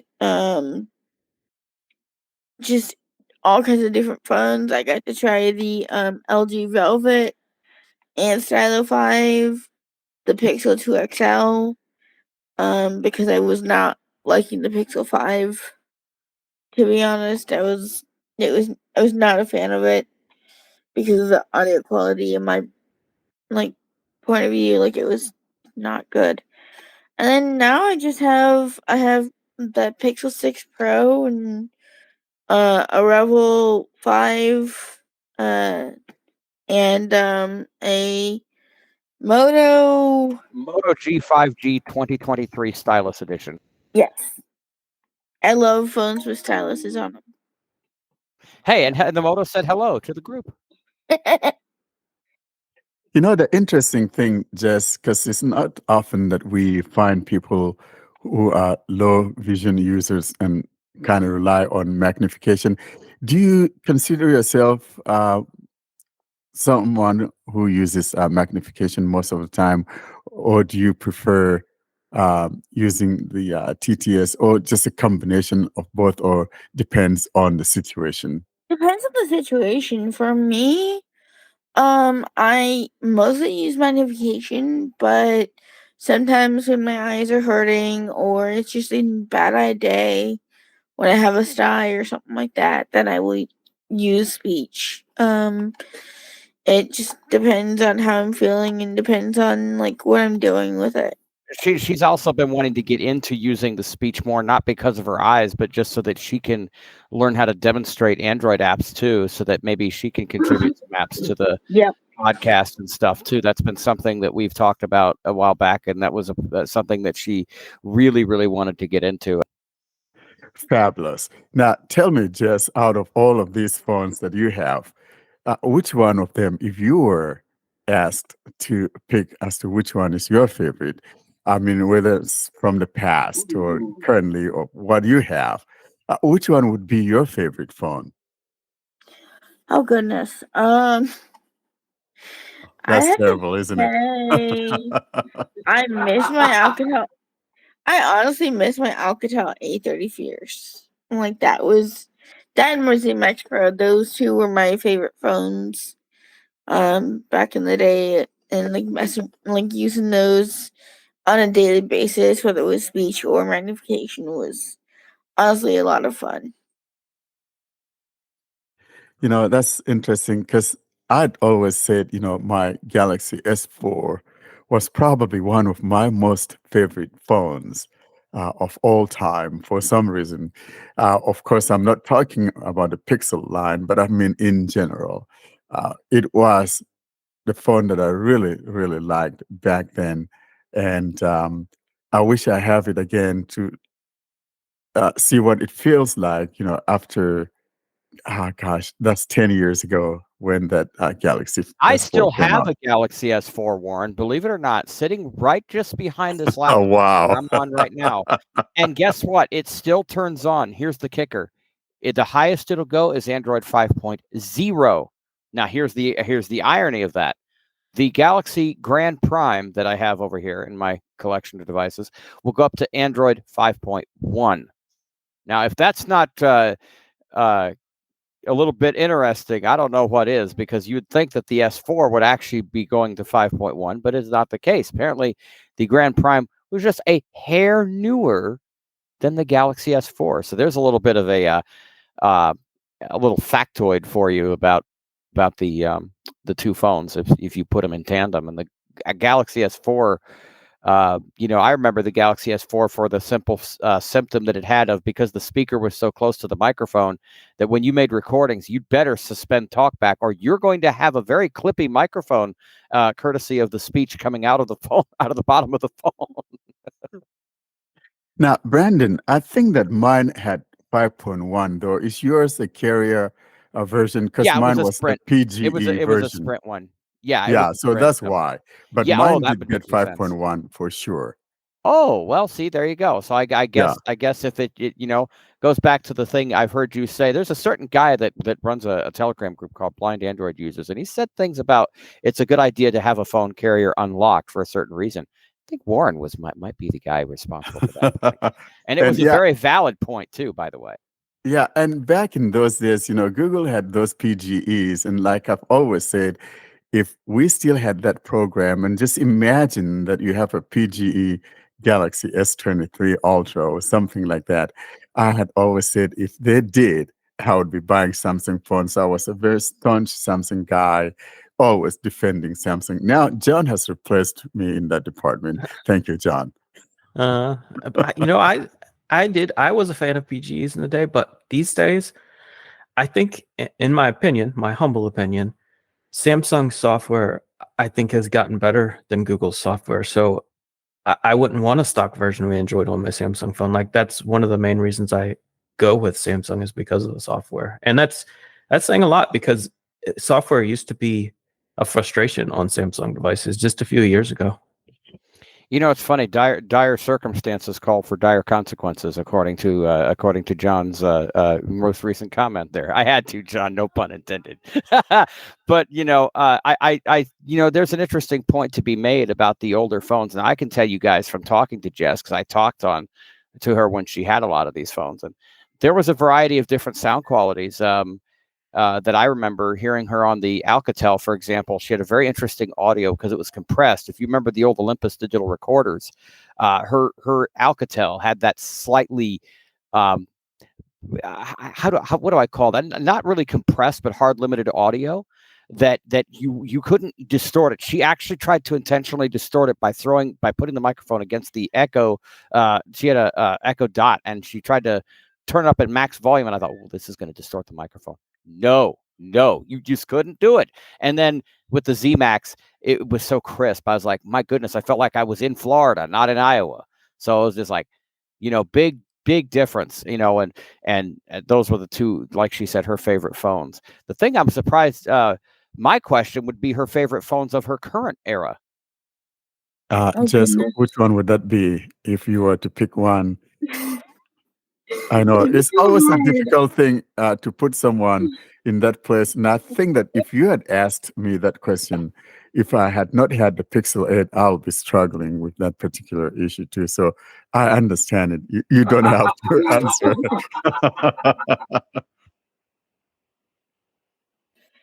For me, it's honestly a toss-up between the Pixel 6 Pro and my Moto. Honestly, like that's a hard one for me. And here lately, the Rebel too. Yeah. Like literally, ever since she got that Rebel, she looks at all three of those phones one and the same, like they're cousins of each other now. Can I just say the only reason Warren would be struggling because all he's bought before the Pixel 8 Pro is other Pixels, and they're all rubbish. Oh, So that's why he couldn't name a decent phone because he's never owned one. He's literally never owned a decent phone. you know, I really like the part of the rubbish.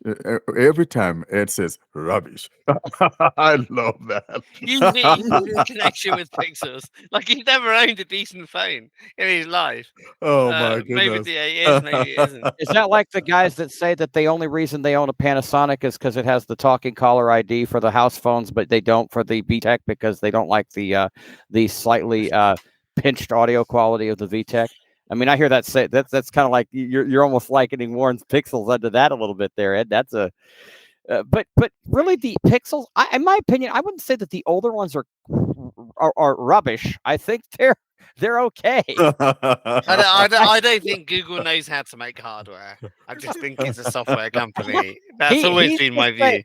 He's just saying that because he's mad because the 8 is 64-bit only. That's the only reason. Thank you very much. I don't care. No, I'm literally not bothered. Like, I've been saying it before. Warren will attest to this. I've said this well before Google was 64-bit only, haven't I? Yeah. Like I've literally said this for 3 years. Let's give a little credit where credit is due. Frankly, I think that Google finally turned around hardware-wise. I think as of Pixel. So you thought they were rubbish as well? So the rubbish. I think one of the rubbishes out there was the Pixel 5. The Pixel 5. Google, I love you, but that was rubbish. And of course that's the one Ed bought because. You know what? My Pixel 5 kind of said "See you later, alligator" in terms of it can't be used as a regular phone right now. I mean, it could if you eSIM'd it, but I went and gave it to my Voc Rehab person because they wanted to try an older. They didn't care if the phone was a slight smidgen older. Yeah. But the bad news is the SIM tray. We were going to try to put a SIM card in it, and guess what happened to the SIM tray? It said, "You broke it. Sorry. We're sorry. We are your SIM tray. We would unofficially like to break on you while you are attempting to remove it from the phone." Now, by the way, that's something that's never happened to Jess hardly at all whenever she's taken SIM cards out of phones because she has better dexterity than I do. So it's like she could pull SIM cards out of phones. Like me, I'm just like, okay, don't drop it. Don't drop it. No, I'm going to lose it. If it goes down in the vent, I'm in trouble. Blah, blah. Or if it goes down here, I'm going to lose it because, they're so tiny. And Jess is just like, oh, that's okay. Tiny little thing. Gets it in there in a hurry, and I'm just like, what? But anyway, she pulls out the SIM tray and doesn't even, as normal as she's done many times before with that phone, and it worked just fine. It's just that one day, she goes to take it out because we're going to give it to somebody that was living with us who tragically we lost due to health issues here back in September. And what happens? The SIM tray goes. We didn't. No more. Yeah. So now that Pixel 5 is complete rubbish. It's just So now it's rubbish. What Pixel 5 reminds me of is Windows ME. Absolute rubbish. Windows mistaken. You said how amazing it was when you owned one. You loved it when you owned it. You didn't disown it then, did you, Warren? No, I went back to Windows 2000 to be honest. Yeah. I didn't like Windows ME. It was absolute rubbish. Windows ME is likened unto a haunted house. People visit it, but they don't want to live there. Yeah, I always compare it to Brandon. You remind me of a story. My little wifelet who's upstairs. She'd come over from Canada prior to being my wifelet, and I was going to give her my 3GS back when this was a thing, and I just bought. I think it was a 4S. What did she do to you? Why would you punish her with that thing? Oh, because she had something nonsense, like a BlackBerry that wasn't a BlackBerry, like some Huawei thing with a nonsense on it. So Ed, you are doing it backwards. Usually, the hubbies or the boyfriend will give the other half the better stuff. I mean, like my friend. I've never done that. No, I've never done that either, for the record. No. Oh gosh, guys, I'm ashamed of you boys. Anyway, the problem was I send you and John my condolences. Ed, at this point. You're in trouble now. The thing is, my wife doesn't care what phone No, she has. exactly. Or Like maybe she had she this does, nonsense. but She had she's this just nonsense keeping it phone. quiet because she doesn't want to end up on Do Not Disturb. Get it? Yeah, exactly. But it's a bit like the story Brandon was telling. So I had this 3GS which had the standard size SIM at the time, and the 4S had a micro SIM. It wasn't nano yet, and but it didn't crack out. Like you couldn't push it through. So we could have done a SIM swap, and my wife decided that she didn't need to do a SIM swap because she could watch YouTube, and got a Stanley knife out. And she was talking to me, and she was cutting the SIM card, and then all of a sudden she wasn't talking to me. Like she stopped communicating, and apparently this was because she saw a tiny little bit of gold fly, and she thought she'd broken my SIM card because the gold, whatever the gold bit is, fell off. Yeah. She didn't. The piece that Yeah, it chipped attaches off. to the Yeah, yeah. but basically apparently, chipped. it wasn't too deep because she pressed me this cut SIM card according to the YouTube thing prior to you being able to prize out your own SIM card, and it worked. It went in the 4S, and it actually did work. Yeah, And I actually even though she had broke to cut it, a SIM card at one point too, and it worked. yeah, It I was mean, a it could little be too worse. thick, but you Mhm. could just cram it in. I mean, Yeah. it could have been worse. It could have been my friend Anthony getting his SIM card stuck in his Galaxy S7. He literally had this Galaxy S7. The guy somehow managed to get his SIM card wedged into his S7 without the tray, I might add. We were not even going to talk about how bad he That was. happened to me with my SIM. Midas touch, I might add. we had that on our mailing list very recently. Someone did that, and I guess it's not always obvious. They No, it pull the really thing isn't. out and then just put the SIM card in the phone. That I happened. mean, it causes a great discord. Well, it doesn't work, obviously. Notice I said Discord, and Jess had a thought. By the way, the Discord channel hasn't been used in a long time. Go ahead, Jess. Yeah, I was gonna I say- think you need to get a Telegram to get it sorted. I was gonna say, that actually happened to me with my ZMAX Pro once. My first ZMAX Pro, I was switching SIM trays, from the ZMAX to the ZMAX, or SIM cards from the ZMAX to the ZMAX Pro, and it just had, I'm gonna fall into the unit before I can even put the tray in there, and I'm like, are you serious? So my ex had to go and get me a replacement ZMAX Pro at the corporate for me, and went and did it and brought it back and everything, and I was actually able to put the SIM card in there and everything, and so that's not something that is fun to do. I think that Sony has a better implementation of the SIM slots and all of that. Because I can tell you, I had gotten a SIM card wedged in the Moto G5. It's one of the most idiotic implementation of a SIM card that I'd ever seen, or SIM tray rather, that I'd ever seen, was on the Moto G5. And it wasn't only me. A lot of people were having their SIM card stuck in there because, you got to put one on the back of it, the SD card on the back, and this one, and it's hard to know which one is what. And I got it stuck in there. I took it to Battery Plus, and the guy was able to, get it out. It's just absolutely stupid. I know what you're talking about. I've never seen the Sony. I've never owned a Sony phone. I've never. They're owned a amazing Xiaomi. phones. I love Sony phones. Are their microphones decent? Like, do they sound good? I mean, some people have said they're noise reduced, but you can do what you want with them. Like it depends what you do. I mean, they are noise reduced natively, but they're audio wise, listening wise, they're really good. I'll tell you what really gets me is that none of Jess's phones in her list that she gave you were flip in terms of the flip variety or the sliders. Now, you'll remember, I think a while back when we did my Android journey, I mentioned that I had an LG Enlighten.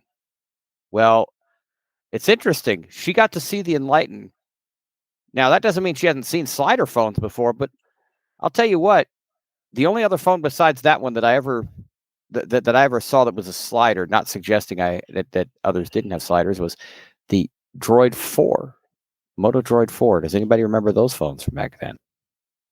Droid does. Droid. So she saw you're enlightened, but she wasn't enlightened and didn't buy one. No, she saw the enlightened and was rather darkened and went away from it. Wasn't enlightened. It was all rubbish to her. Well, I never had a slider phone, but what I did have, and I wish you could still get, I had an HTC Cha-Cha, which had a QWERTY keyboard, a small QWERTY keyboard on. And I wish you could still buy phones with small Wait, did QWERTY you just keyboards. say I tried to Cha-Cha? Yeah. How many dances could you do on the QWERTY keyboard with that Cha-Cha? I know. I don't know. Thank you I very think they much, should. I think Brendan. they should have brought out models for each type of dance. Actually, So you could actually, you know, if you know the song "Blue" by Eiffel 65, for each kick of the kick drum on the song, you could keep going through all the letters on the keyboard. You know.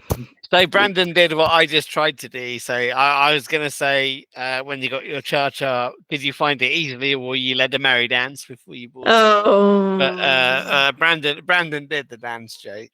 He Yes. beat me to it. I knew that was going to happen, but it was a touch screen as well. But the keyboard, like you could type all your text on the keyboard, and I loved it. See, I think that I would had be the Windows cool if they had version phones of like that. phone. See, It that would. would be cool if they had versions, you know, phones like that. I'm sitting there thinking about it, you know, and I said something in the Blind Android Users group on Telegram that I want to share here on the podcast, which is something that I think is kind of important to this. And, you know, we're talking about these sliders, we're talking about these flips, and now folds. And I'm starting to see this trend going on now where folds and flips are starting to kind of make a resurgence again. We're seeing things like the Samsung Z Flip, the Z Fold. You know, yeah, they're expensive, but still, people are liking them for whatever reason now. It just kind of is. It's almost it's kind of a trip down memory lane, but with a little bit of new kind of. It's almost like having a newborn. You know, the old flips give birth unto the new flips, unto the new folds, and now it's just sort of that pattern is arising again, where you're gonna.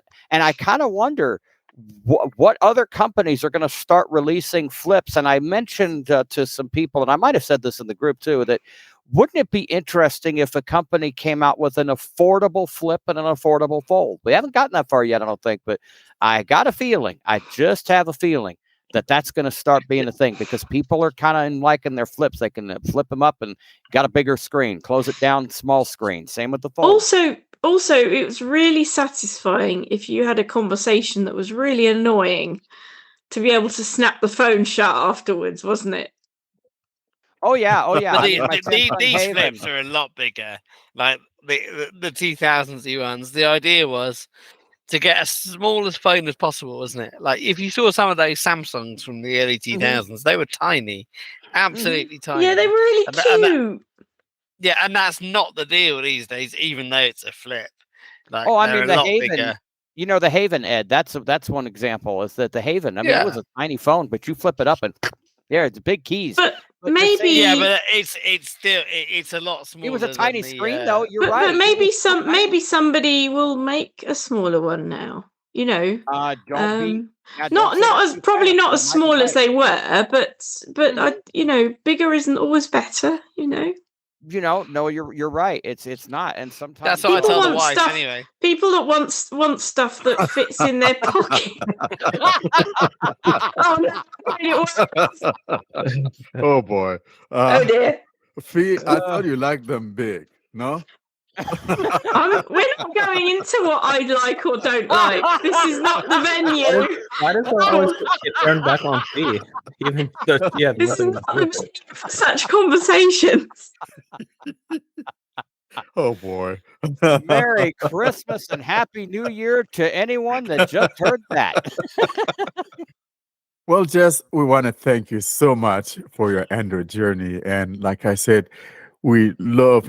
I, in particular, love these Android journey stories. And so, guys, if you're listening out there, be brave like Jess. Come on and talk about your Android journey story. Again, Jessica, thank you so much for that wonderful story. And I hope that one of these days you will send me that velvet. I really enjoyed telling my story. And yes, more people should definitely reach out and tell their story. Don't be shy. Exactly.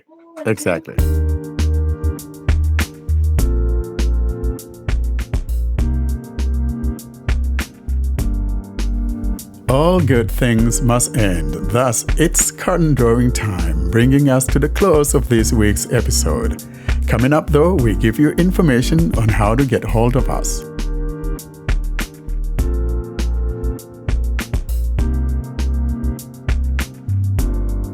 Well, thank you very much, everybody. That's it for this week. Austin, how can everyone get in touch with us? To contact us, you can send an email to contactus@blindandroidusers.com. You can join our mailing list by sending an email to blind Android users plus subscribe@groups.io. You can join our Telegram, Facebook, Discord, and subscribe to our YouTube channel. The links for everything will be at the bottom of the show notes and also in the video description of the YouTube channel. And also the links are in the websites panel of the YouTube channels. Well, we'll see you next week, everybody. Say bye-bye to the naughty people first. Bye, naughty people. Bye. Goodbye. Bye, everybody. Bye-bye. No, now we're going to say bye-bye to the nice people. Bye-bye. Warren Goodbye. doesn't differentiate. So that's very good. I don't think that's right. Anyway, we shall see you next week for 151. Thank you very much for listening. Bye-bye.